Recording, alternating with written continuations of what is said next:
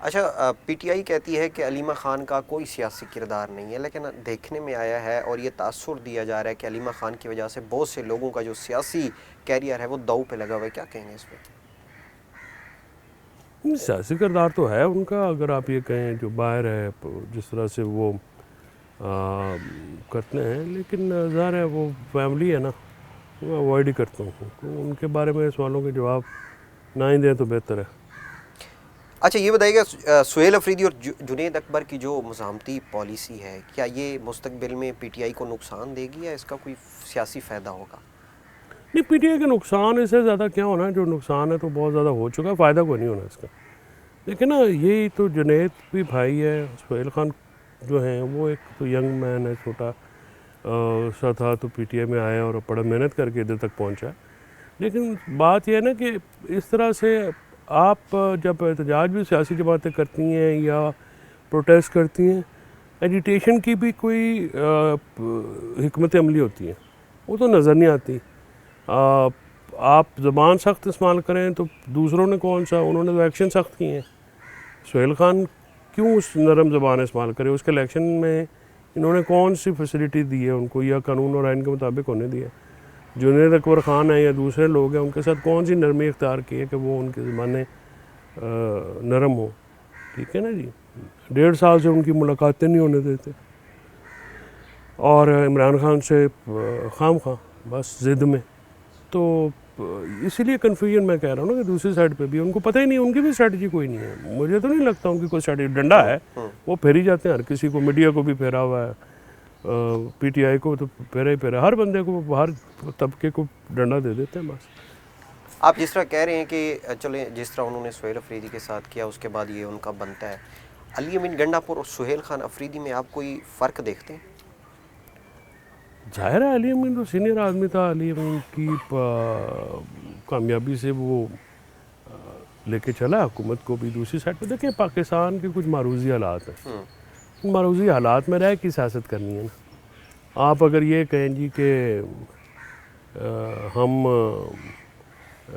उन हकायक को तस्लीम ना करके और फिर निज़ाम के अंदर रह के, अगर आप या तो फिर निज़ाम से बाहर हो जाए, निज़ाम के अंदर भी बैठना है, फिर निज़ाम को चैलेंज भी करना है, इस तरह से नहीं होता। क्लैरिटी लानी पड़े, तो आप क्लैरिटी लाएं अपने माइंड में। अब ये इस्तीफ़े देंगे या जो भी करेंगे उसका फ़ायदा भी नहीं होना। उसकी वजह ये है कि पहले इवेंट 26 नवंबर वाला जैसे इवेंट था, उसके बाद इस्तीफ़े देते, बिल्डअप करना होता है ना, उस शाम को अगले दिन बकरी हो गए सारे। तो ये सूरत हाल जो है वो इनको डिसाइड करना पड़ेगा ना। इमरान खान साहब की भी जो मज़ामती तहरीक है, उससे गवर्नमेंट तो अनकम्फर्टेबल रहती है, जिसकी वजह से उनकी परफॉर्मेंस या डिलीवरी पे वो नहीं कर पाए। वैसे भी नालायक है बहुत ज़्यादा, हद से ज़्यादा नालायक है, कि जितनी इनको सपोर्ट मिली है इस्टेब्लिशमेंट की तरफ से तो अनप्रेसिडेंटेड है। ऐसी सपोर्ट तो किसी को नहीं मिली, कभी भी नहीं। लेकिन बस फिर भी डिलीवर नहीं कर पा रहे। अब देखें ना मुल्क में इकॉनमी का क्या हाल है, लॉ एंड ऑर्डर का क्या हाल है, महंगाई का क्या हाल है, बेरोज़गारी का क्या हाल है, इंडस्ट्री का क्या हाल है, तजारत का क्या हाल है। तो हर जगह पर मीडिया इंडस्ट्री में कितने ले ऑफ्स हुए हैं, कितने हमारे दोस्त हैं वो फारग हुए हैं, और ठीक ठाक जयद साफ़ी बड़े अपने नाम में।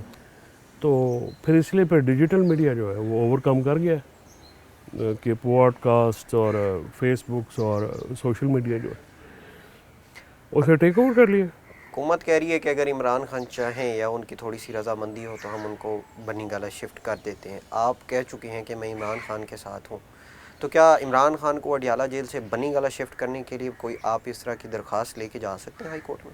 नहीं, मैं तो नहीं लेके जा सकता ना, वो तो इमरान खान साहब ने नहीं मानना। ये 2025 में भी हो चुकी है, जनवरी में। उस वक्त एपेक्स कमेटी की मीटिंग हुई थी अली अमीन और गौहर अली ख़ान की, टॉप 3 के साथ, जो इस्टेब्लिशमेंट के बड़े हैं। तो वहाँ पे अली ने ये तजवीज़ दी थी और आई थिंक वो एंडोर्स भी कर ली गई थी। लेकिन हाँ साहब तब भी नहीं मांगने थे, और उन्होंने बनी गाला नहीं जाना, वो जेल के अंदर ही अपनी लड़ाई लड़ेंगे। क्या पीटीआई की क़यादत कंप्रोमाइज़ है? ये कॉम्प्रोमाइज़ से क्या मुराद है आपका?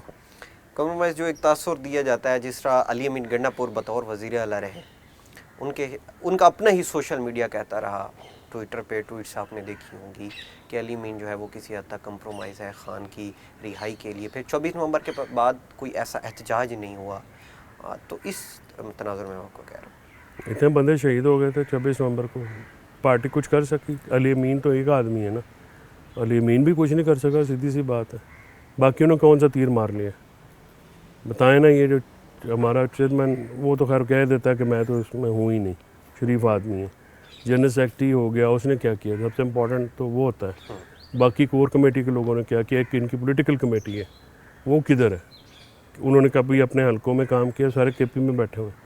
पंजाब में आलिया हमजा हैं, वो काम करती हैं, उनके पीछे ये सारे पड़े हुए हैं, ठीक है। उसमें कुछ सबक लीडरशिप है, ठीक है जी, वो अब लाहौर में रहते हैं सारे, ठीक है। कॉम्प्रोमाइज़ अगर आप कहें कि फ़ौज के साथ किसी का कोई ताल्लुक है तो मैं तो उसको कॉम्प्रोमाइज़ है, मैं तो समझता हूँ कि ये तो एक अच्छी बात है।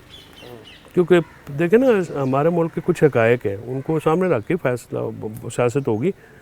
ये